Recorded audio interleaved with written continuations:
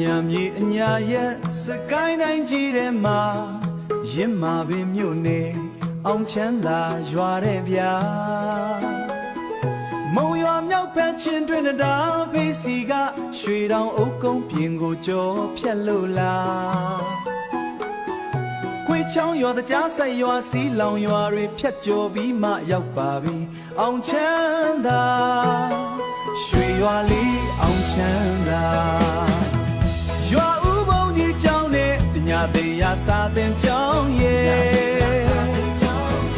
တာယာလှပတဲ့ထုံးနဲ့ဓမ္မပင်တွေဝေစားတယ်တောင်သူလူကန်းတွေလောက်ကင်ကြတဲ့ရွာသူရွာသားများစိတ်ထားဖြူစင်အဲဝတ်ချေကအလူရည်ဆက်လက်နဲ့မကွာမြေယာတွေမှာသီးနှံတွေဖြစ်ထွန်းတဲ့အောင်ချမ်းသာ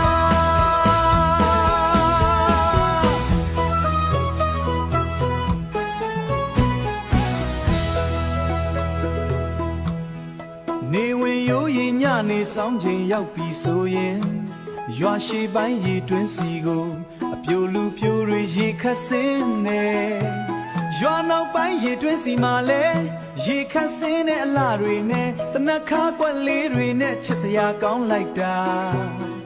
ထန်းတသမားတွေနဲ့စိုက်ပျိုးရေးလုပ်ငန်းတွေစုံညီလာတာယာအေးချမ်းနဲ့အောင်ချမ်းသာတို့ရွာလေးအောင်ချမ်းသာ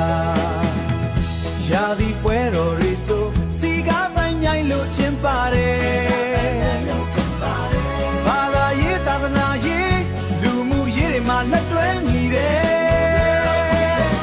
ကျမ်းမာရေးနဲ့တိုးတက်ရေးကိုစ조사ဆောင်ရွက်နေတယ်စိတ်ထားဖြူစင်ရွာသူရွာသားတွေရဲ့မေတ္တာကဘာအေးချမ်းသာရာပြောစရာကောင်းတဲ့တို့ရဲ့အောင်ချမ်းသာမြမအလားမြမရိုးရာတွေနဲ့ပြည့်စုံနေချစ်စရာအောင်ချမ်းသာရွာလေးစီကို